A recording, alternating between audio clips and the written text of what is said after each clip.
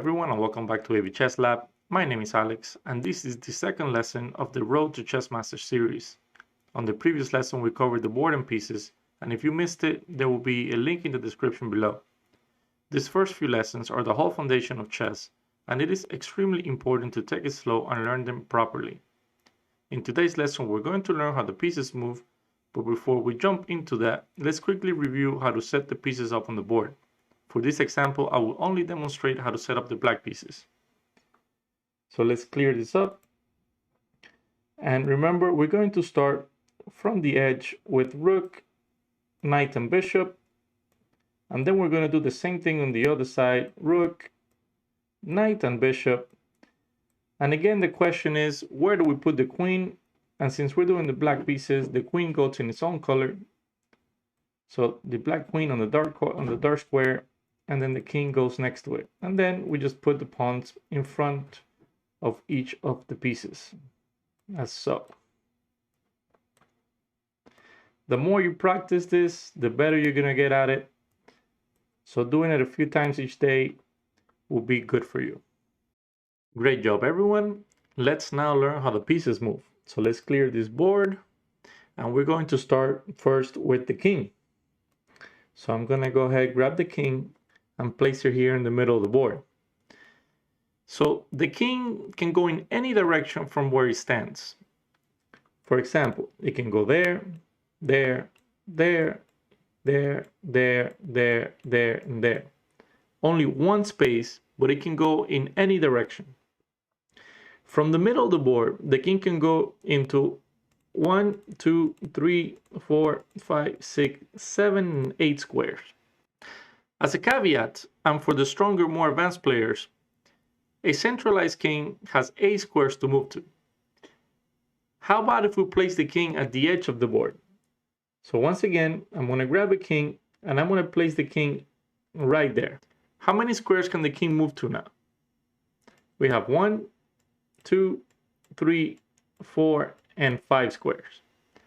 Now let's take this even a step further. Let's place the king in one of the corners of the board. How many squares can the king move to now? All right, 3 squares is the correct answer. 1, 2, 3 squares. This is important for 2 reasons. In an endgame, a centralized king is more active and thus better to have it there. But early on in the game, the more tucked in your king is, the less likely it is for your opponent to attack it. So in a chess game, early on in the game, if we put a king in these 2 squares, it will be a lot harder for your opponent to attack it compared to a king in the center, which has 8 different possibilities for your opponent to hit it from. If it's here on these 2 squares on the bottom, there's only 5 or 3 squares, depending on where your king is, for your opponent to hit it. Aside from the king, the queen is the strongest chess piece on the board. And just like the king, it can move in any direction, with the exception that it can go as far as it can go. So for example, here the queen can go there, there, in this direction, like this. So as you can see, it is a very powerful piece. It can move in a diagonal as far as it wants, and it can move in a straight line as far as it wants. To illustrate this in another way, let's highlight the squares instead, just because some people visualize it better like this. So as you can see, it can move in the diagonal, and it can also move in a straight line, highlighted here by the color red. And this is how the queen moves. Next, let's talk about the rooks.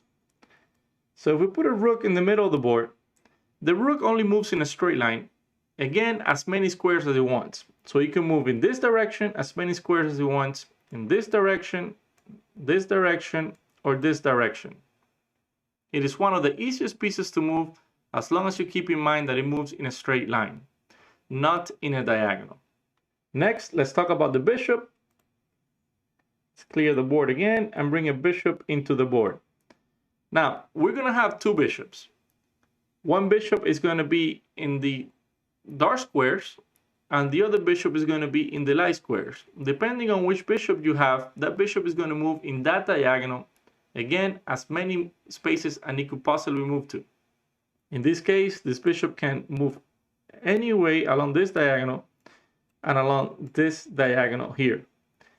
Now, let's bring in another bishop. Let's remove the arrows and bring in the light square bishop. In this case, now this bishop here can move along the light square diagonals. And the dark square bishop can move along the dark square diagonals. All right, let's bring in now the knight, the more difficult chess piece to move in the chessboard. And let's bring the knight here. The knight is very tricky, and it is the most difficult piece to move on the chessboard. When I was learning to play, they told me it moved in the shape of the letter L. But then I was making all kinds of L's with the knight. I would try to move it here, here, but this is not the right way. So a better way to move the knight is to go 2 spaces in a straight line and then 1 to the side. For example, 2 spaces, 1 to the side. 2 spaces, 1 to the side. We can do, again, 1, 2, and 1 to the side here. We can do 1, 2, 1 to the side here. 1, 2, 1 to the side there, and another 1 to the side here. 1, 2, 1 to the side here, and 1, 2, 1 to the side here. Another caveat with the knight. A knight that's in the center of the board, as you can see here by this illustration, can move to 8 different spaces.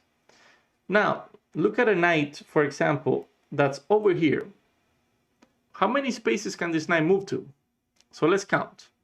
1, 2, 3, and 4 spaces. How about a knight that's over here in the corner? How many squares can this knight move to? 1, 2 spaces. So just like the king, a centralized knight has more squares to move to, and a knight that's on the edge or the rim has less squares to move to. But like the king, where he wants to be in the corner protected, the knight wants to be in the center of the board where he has more opportunities to move around. And last but not least, let's talk about the pawns. And we're going to place a pawn in its starting original position, because the pawn is a very special individual. From the original position, the pawn can move either 1 space forward or 2 spaces forward. And this is the only time that you can move it 2 spaces. For example, if this pawn is already here, the pawn already moved. So from here on, the pawn can only move 1 space at a time.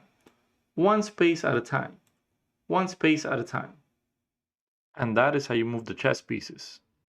This concludes this session. Thank you all for watching, and don't forget to subscribe and hit the notification bell so you can be notified when the next lesson in the series is uploaded. Thanks again, and as always, stay safe, have a great day, and show respect to your opponent. See you next time.